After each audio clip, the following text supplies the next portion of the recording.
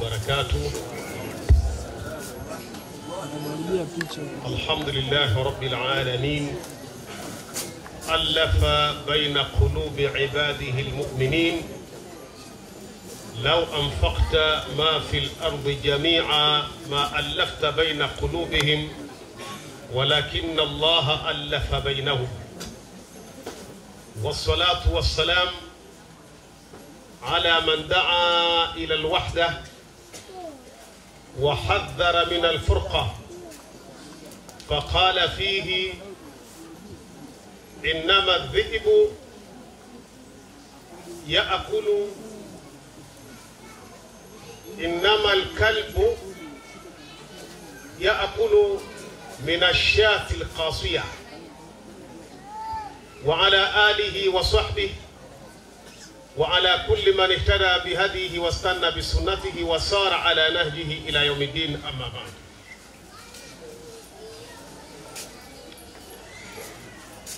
mashekhe zangu wote wapendwa tuliokuwa hapa, sambamba na mashekhe zetu walioondoka wakiongozwa na shekhe wetu wa mkoa, tunawatakia safari njema, na sisi Mwenyezi Mungu Subhanahu wa Ta'ala atuache katika dhamira ile ile ambayo kwa ajili yake tumekusanyika kutoka maeneo mbalimbali.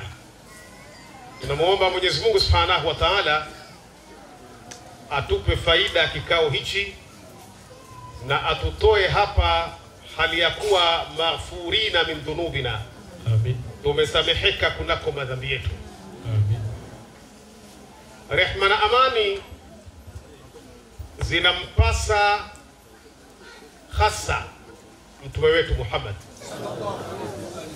pamoja na wengineo wote waliofuata njia hiyo ya mtume, na sisi Mwenyezi Mungu atuweke miongoni mwa hao. Mada iliyopo mbele yangu, ahamia alwahda fil Islam, umuhimu wa umoja katika Uislamu. Wapendwa ndugu zangu, nikiwa ni mwenye kwenda moja kwa moja ndani ya mada, niache kuleta maneno mengi, itifaqiyat, utaja watu, kushukuru sana. Nadhani kiwango nilichoshukuru kinatosha. Nende katika lengo. Kwanza ifahamike, maumbile ya mwanadamu, maumbile yake ni kuwa na wenzake. Ndivyo alivyoumbwa. Anasema mwanafilsafi wa Kiislamu, al-insanu madaniyun bi fitratihi ijtimaiyun bi tab'ihi. Mwanadamu yoyote madaniyun ni mtu wa kimji, bi fitratihi, kwa maumbile. Uwezi wewe hapa leo ukaenda ukaishi peke yako, maumbile yako hayataki. Watakiwa uende ukaishi na wenzi wako, maumbile yanakuvuta huko. Ndio maana utamwona mtu yuko nyumbani kwake ana mke wake, lakini maumbile yanakataa. Ima atoke aende katika maeneo ya kheri kama msikitini, au aende katika maeneo ya kijamii kama kwenye kahawa na mfano wa hayo, lakini atajikuta tu kwamba anatafuta wenzi wake ili waweze kubadilishana fikra mbalimbali, kwani ndio maumbile yaliumbiwa. Lakini vile vile ni ijtimaiyun bi tab'ihi, ni mtu wa kijamii. Mwanadamu ni mtu wa kijamii. Hapa sijamzungumza Muislamu, nazungumzia ubinadamu. Huyo ndio binadamu, awe Muislamu au awe dhehebu lingine lolote, madamu ni mwanadamu, yeye ni mtu wa kijamii. Kwa hiyo tunaanza kuonyeshwa kabisa umoja huko kwenye jamii kabla hata ndani ya Uislamu, kwani ni maumbile. Kwa hiyo jambo la farqa halipendezi nje ya Uislamu, ndani ya ubinadamu farqa ni kitu kibaya.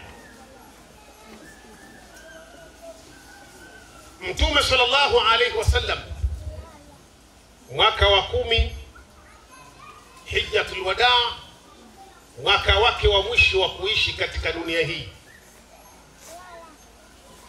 Mwenyezi Mungu Subhanahu wa Ta'ala anamteremshia aya, na wanazuoni wanasema hii maqta', kipande hichi ambacho nitakisoma ndio akhir nuzulan fil Qur'an, ndio kipande cha mwisho kuteremka katika Qur'ani, nacho al-yawma akmaltu lakum dinakum wa atmamtu alaykum ni'mati wa raditu lakum al-islam dina.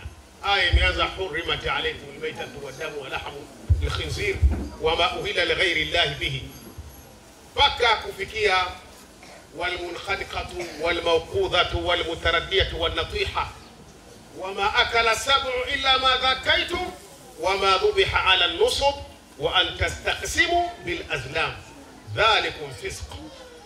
موضوعيته اليوم أكملت لكم دينكم. Allah katika hii maktu ametaja vipande vitatu au niqat hama thalatha, nukta tatu muhimu. Ya kwanza, al-yawma akmaltu lakum dinakum, leo dini nimeikamilisha kwenu. Wakati huo ni mwaka wa 10 wa hijra, mtume ana hiji. Mwenyezi Mungu anatoa waadi, anatoa maelekezo kwamba dini imekamilika. Kwa hiyo ndani ya dini hakuna mapungufu, hakuna, laisa hunaka man yujaddid fi hadha din, hakuna anayeweza kuleta kipya ndani ya dini hii, bali yeye atakuwa mpya kila siku ndani ya dini hii.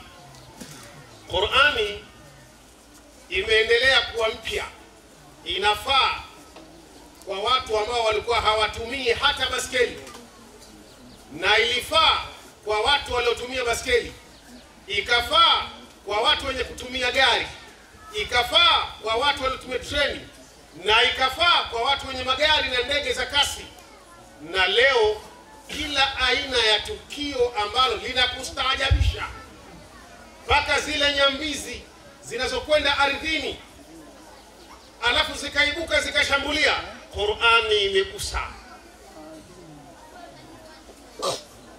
Fahuwa salihun likulli makani wa zaman, inafaa wakati wowote na zama zote. Wewe ndio utajiona kama unabadilika, lakini Qur'ani iko pale pale. La ya'tihi al-batilu min bayni yadayhi wala min khalfihi tanzilun min hakimin hamid. Haileti ubatilifu ikaja wakati kwamba ikaona hizi ayat Qur'ania zinaachana na huyu mwanadamu wa zama hizi. Hakuna, wewe utaiacha, lakini yenyewe iko na wewe. Multasiqu bil Qur'an, jibillatika, umbile lako limeshikamana na Qur'ani. Hawa tuliopo wote hapa tuliokaa, bi alwanina wa tabai'ina wa sajayana, kulluna mukhatabuna bil Qur'an bihadhihi al-ashkaliyya au bihadha al-ashkal. Wote tunazungumzwa na Qur'ani, na kila mmoja anatibiwa kwa wakati wake na kwa hali yake. Qur'ani ndiyo kitabu kilichoweka hii mada umoja. Mwaka huo mtume anaambiwa dini yenu imekamilika, wa atmamtu alaykum ni'mati, na nimetimiza neema zangu kwenu. Hakuna neema kubwa kama kutimia kwa dini.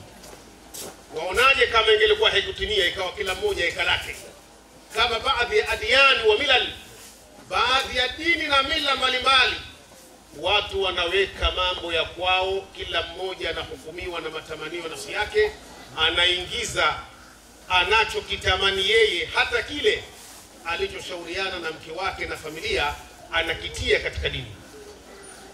Neema kubwa sana kukamilika kwa dini, kwa kuwa dini ni mfumo na Qur'ani ni katiba, lazima ikamilike. Ndio maana unaona katiba ambazo wanaweka wanadamu qabilan litaharifi wa tabdil,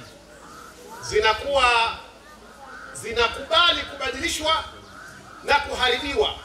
Hata katiba za nchi mbalimbali utakuta wabunge wameketi, moja miongoni mwa kanuni ambazo zinaongoza jamii yao husika haiendani na walivyokubali au walivyoamua wakati ule, wanaleta tena msaada mpya, inabadilishwa sheria ile.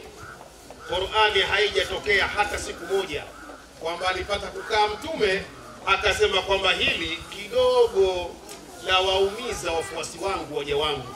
Haijapata kutokea na wala haitotokea. Kila siku inakuwa sawa sawa. Kwa neema ni kukamilika kwa kitu, ndugu zangu Waislamu. Lakini la mwisho, waraditu lakum al-islam dina, jambo la tatu. Pamoja na kwamba dini yenu ni Uislamu, lakini nimeiridhia kwenu. Baba anaweza kukupa gari, chukua gari hii ukashughulike na maisha yako. Kijana alipofika hivyo hivyo akaanza kutoa wanasema mistari, kila kizungumzo wa sahahahu al-Albani, basi yule shekha akaona hapa na mimi sipamoja. Ikabidi wale wazee waende kwa yule shekhe wa BAKWATA wamwambie, sisi tunaomba ruhusa yako. Ruhusa gani? Tunakwenda polisi. Kwani bwana, maki yule bwana aling'ang'ania pale hatoki. Wakaenda polisi, kufika kule mkoa kituo, sio Muislamu. Wakapeleka taarifa yao, hasa wazee mnashtakia jambo gani? Akasema bwana, sisi tuna matatizo na ujana. Sisi haya mashauri wala hataki yaende mbali. Sisi tunakuomba muite, umwambie arudishe kunuti yetu. Sisi kunuti yetu. Sasa yule akadhani kunuti ni mtu, kunuti arudishwe. Akadhani ni mtu arudishwe. Akaitwa yule ustadhi pale polisi. Bwana mkubwa, kuna wazee wamekuja hapa, lakini wewe umemchukua kunuti, wanamtaka kunuti wao karudi. Sijui umeelewa jamani? Natoa mfano huu na naunukuu kama nilivyopokea. Kwa hiyo kunuti huyu alileta sababu ya farqa ndani ya watu waliokaa kwa amani kwa muda wote. Kumbe yule kunuti angeliweza kuondoka pasina watu kufika polisi wala kudhalilishana na kuonyeshana vitabu na ilmu. Sijui nimeeleweka ndugu zangu. Kwa hiyo sababu ya kwanza kubwa kabisa ya watu kufarikiana ni kupata viongozi ambao hawaitii umoja, wanaitia farqa, na hili ni tatizo kubwa. Naamini kwamba kweli kuna mapungufu, unaweza ukayakuta katika baadhi ya miji mingi tu, lakini yale mapungufu kuyaondoa, ziko taratibu nzuri kabisa. Tena utapata ushirikiano kupitia wale uliowakuta pale, wakakusaidia kuyaondoa yale. Ndugu zangu, hiyo ni sehemu ya kwanza ambayo ni mbaya sana. Pia kuna sehemu ya pili ya uwenyeji, alhimya aljahiliya, ambayo imekatazwa ndani ya Qur'ani.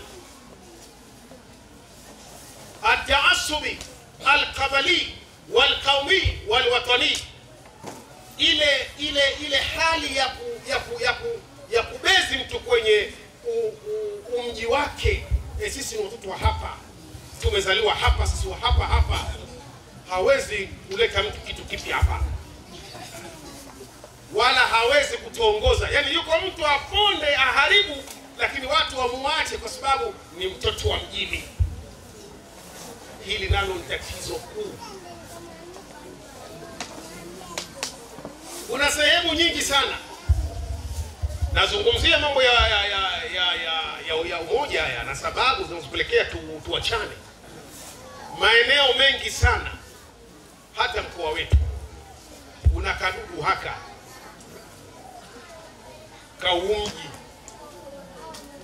wako tayari kumwacha mtu aharibu dini kwa sababu ni mzawa, hata kama ni jahili murakkab la yaarifu shay'an min ad-din, hajui chochote kunako dini, maadama huwa min mawalidi Usoke, min mawalidi Urambo, min mawalidi Kaliwa, min kabilati Nyamweziya. Kazaliwa Usoke au kazaliwa Urambo, azaliwa wapi, madamu yeye kabila yake ni hapa hapa Mnyamwezi, huyu ataongoza hata kama kusoma suratul Fatiha hajui, iyyaka na'budu wa iyyaka nasta'in, ataongoza. Huu ndio ujahili mwingine tulionao. Usiseme kwamba nimezungumza kitu ambacho kinawapiga, nimejipiga mwenyewe kwanza, kwamba tumeanza mashehe. Tatizo la kwanza, ukiwataka kule Udigo, ukiwa Kigoma Uha, ukienda yani watu wanataka wayaongoze mambo ya dini kwa sababu wao ni wa sehemu ile, hata kama lile jambo hawana ujuzi nalo. Msikilizaji, Mtume Muhammad katika mwaka wa 10 anasema alaikum bisam'i wa ta'a walau umira alaikum abdun habashi, ni juu lenu kusikiliza, jilazimisheni kusikiliza na kutii, hata kama aliyekuwa amiri ni mtwana wa Kihabeshi. Wakati ule wa Habeshi walikuwa ni watu duni mbele za masonadidu Maka, vigogo wa Maka. Muhabeshi kama Bilali ni mtu duni. Mtume akaona hili, aliseme mapema, juu lenu kutii na kusikiliza, hata kama amiri wenu atakuwa ni mtwana wa Kihabeshi. Tena katika hadithi nyingine, mausufu bijadi al-anfin ajda, kwamba pua lake limekatwa, anatisha. Mtu kutokuwa shekhe anatisha, lakini msikilizeni, msiangalie sura. Hapendwi mtu hapa kwa sura, anapendwa kwa ilmu yake na uchamungu wake. Inama akramakum inda Allahi atqakum, huyo ndio anayekufaeni. Sasa kuna watu wanawapenda mashekhe kwa sababu wanavaa makanzu mazuri yatoka Dubai, kofia nzuri imekuwa, kilemba kimewekwa kwenye bega, huyo ndio shekhe letu. Yahili murakabu ni shekhe.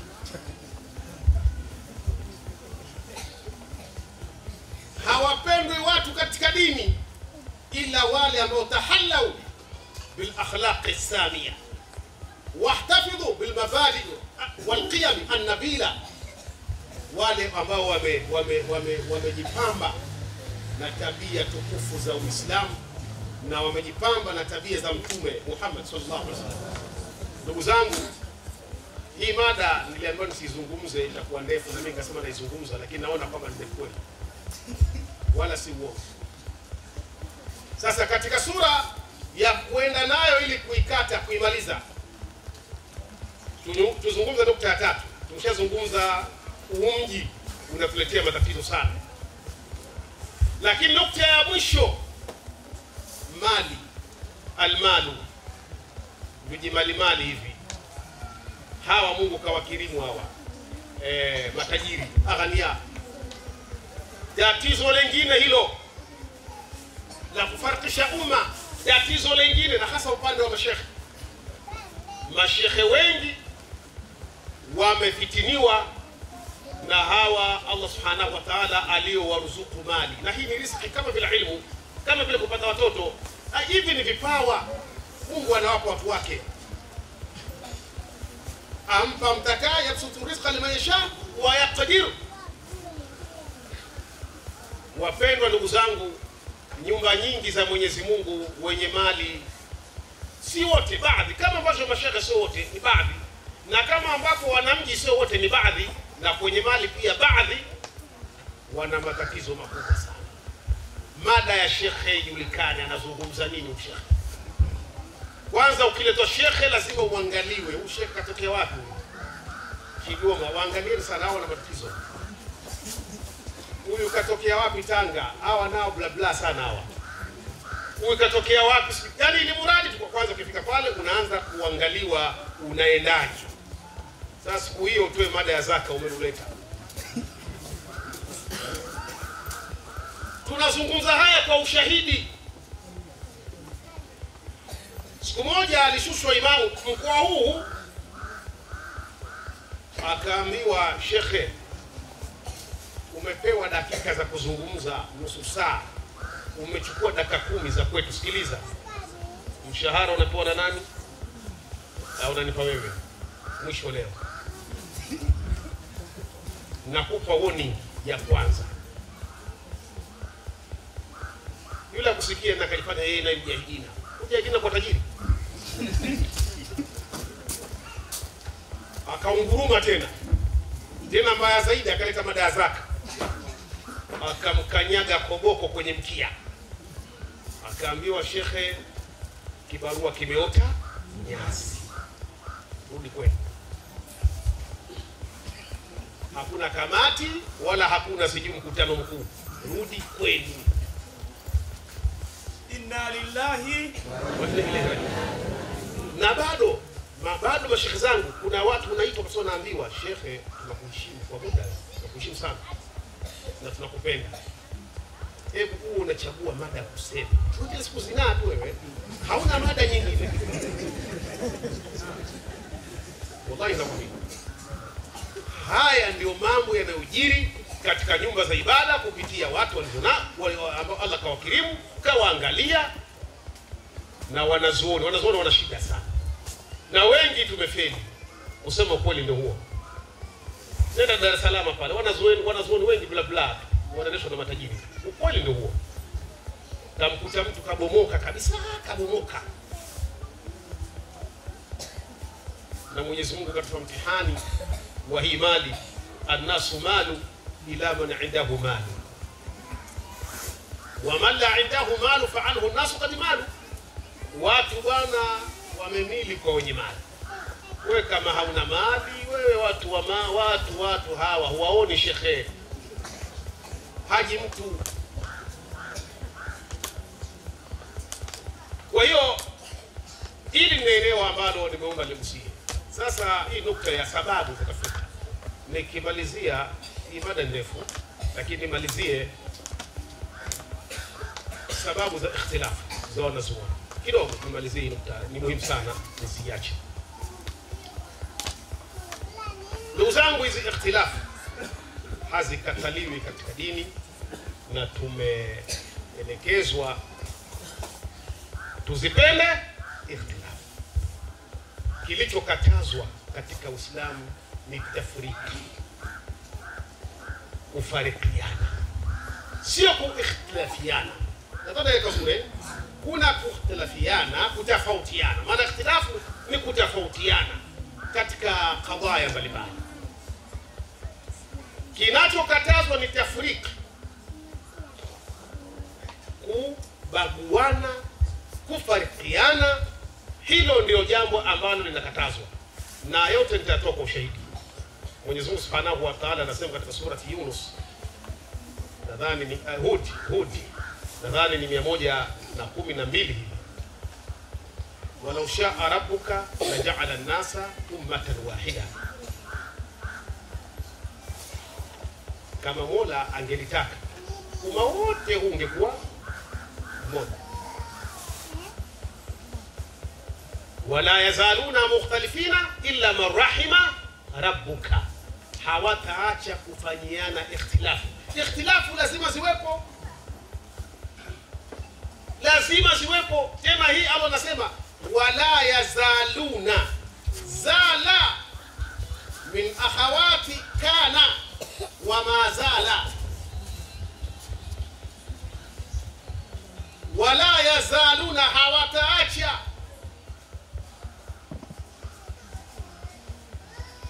Mukhtalifina, ndio maana unaona mukhtalifina imekuja kwa ya. ambayo nyote wote mwajua, wale watu mashekhe mliokuwa mbele mwajua, mukhtalifina ile imekaa kwa niaba ya kasra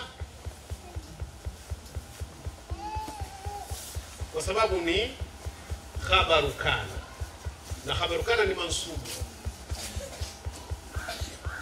Kwa hiyo inaweza ikawa ikiwa majrur inakaa ya, ikiwa mansubu inakaa ya.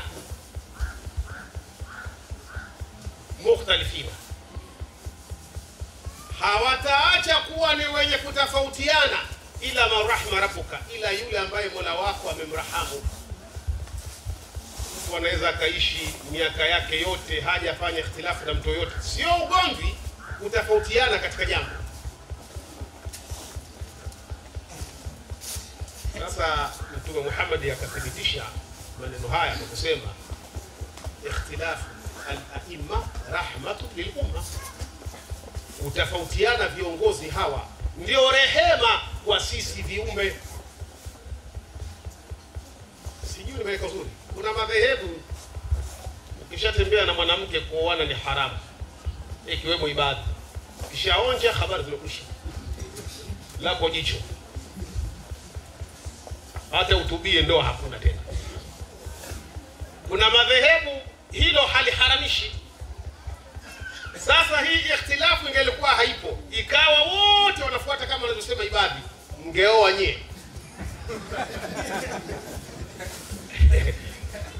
Manake kuna watu wengi sana ni dhawakina hapa, waonjaji pangelioleka hapa, au ifanywe sensa, ingegundulika umma mkubwa miongoni mwa tuliokaa hapa wengi walionja ndio wakaoa. Sasa ikhtilafu unaona inachofanya kazi, kwamba mimi ninaitakidi ibadhiyu al-madhhab, nasema kwamba mimi siwezi kufanya, lakini yuko ndani ya mwana madhhab akaamua bwana mimi nafuata anachosema fulani. Lakini si katika hilo tu, huu ni mfano nimetoa, iko mifano mingi mno. Majuzi hapa hadathat dhajja kabira haula azawaj bilhamil, kumetokea mvurugano mkubwa juu ya ndoa ya kumoa mtu mwenye mimba, yani ana mimba alafu atakiwa aolewe. Shughuli yake kubwa, sawaan akana hadha alhaml min nafsi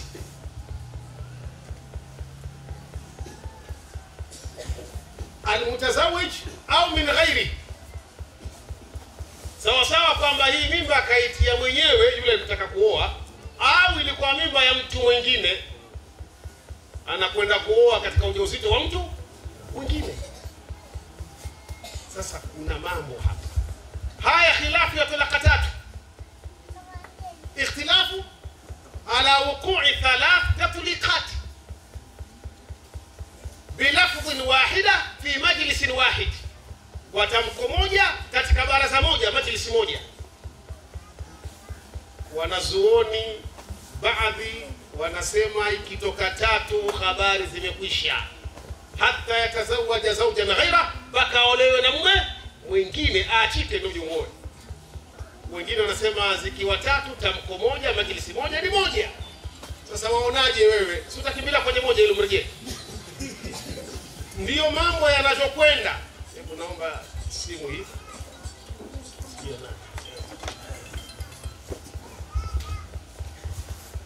Kwa hiyo ndugu zangu, ikhtilafu ipo na ni rehma. Hii nimetoa mifano michache sana na itoshe hii, lakini mifano iko mingi. Mbaya ni farqa. Ndio Allah akasema alladhina farraqu dinahum wa la takunu minal mushrikin, surati Rum 32. Sheikh Ahmed Suwaidi, kama nitakuwa nimekosea utasahihisha.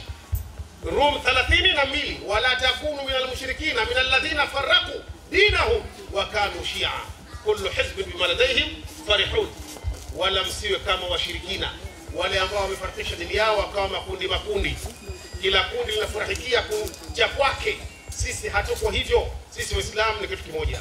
Mwisho, mifano nayo mingi mno juu ya hili eneo, na sababu sijazungumza sababu, asbab zama za Mtume Muhammad za watu kufarikiana, kuikhtilafiana sijazungumza.